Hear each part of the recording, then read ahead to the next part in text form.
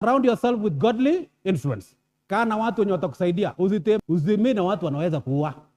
Usitembee na wasichana wenye wanasema oh my goodness, wow, cheki huyu jamaa, cheki stature yake, wow, that is nice. Haki kuna stamina poa, cheki hiyo mikono kwanza, wa sura nayo, Jehova shuka, aisi wachi, na muendea. Alafu unaanza kusema, kwera, wewe tukae. Anakuambia mimi, wewe unijui, hello, mambo. Alafu unasema hehe, kumbe wanakimbianga hivyo.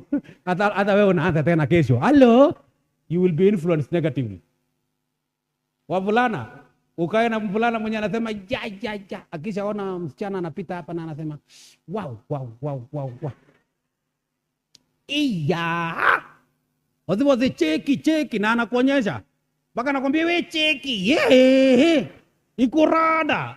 Sasa hiyo unabaki ukisema nini sasa? Alafu macho naye inasema na ni kweli. Una confirm. Finally you become a victim. Hello? Ama unakaa na kijana mwenye anafuta bangi na anakuja nayo live na anakuambia mimi siogopangi, hata chief akiwa hapa nitafuta. Mimi ni ule mbaya. Naona niogopanga. Alafu anafuta moja ya kwanza, napeleka kushoto, kulia, juu, chini, na anakupulishia moja. Alafu anakuambia fanya hiyo mara 5 nione. Alafu unasema sikuvutanga. Anakuambia weka mdomo. Bora isipite kwa mapua. Urute tu ingie kwa mdomo hivi, alafu ufanye hivyo.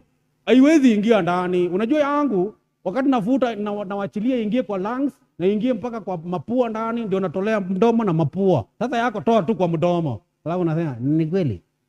Unaweka. The next minute you are already there.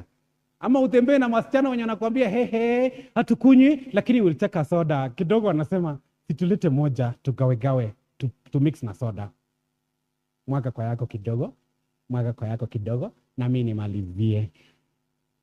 Alafu wanakuambia wacha hiyo tosha, acha kwanza wawakimbi. Asante. Hawakimbi, na wakati wanafanya hivyo they act. Finally wakati wanakuambia hebu angalia pande ile, wanamwaga kwa glasi yako ijae. Ndio unakunywa next huko tu. Ni nini na mimi kweli? Alafu sasa kama wamekupangia vizuri, wanaita mjamaa mwenye amekupangia na wako na boyfriends wao. Unaingizwa kwa gari, ushu. The next day unajipata tu huko kwa nyumba ya mtu saa 2. Na uko solo kwa pet. Ndio unaanza kujiuliza hapa ni wapi?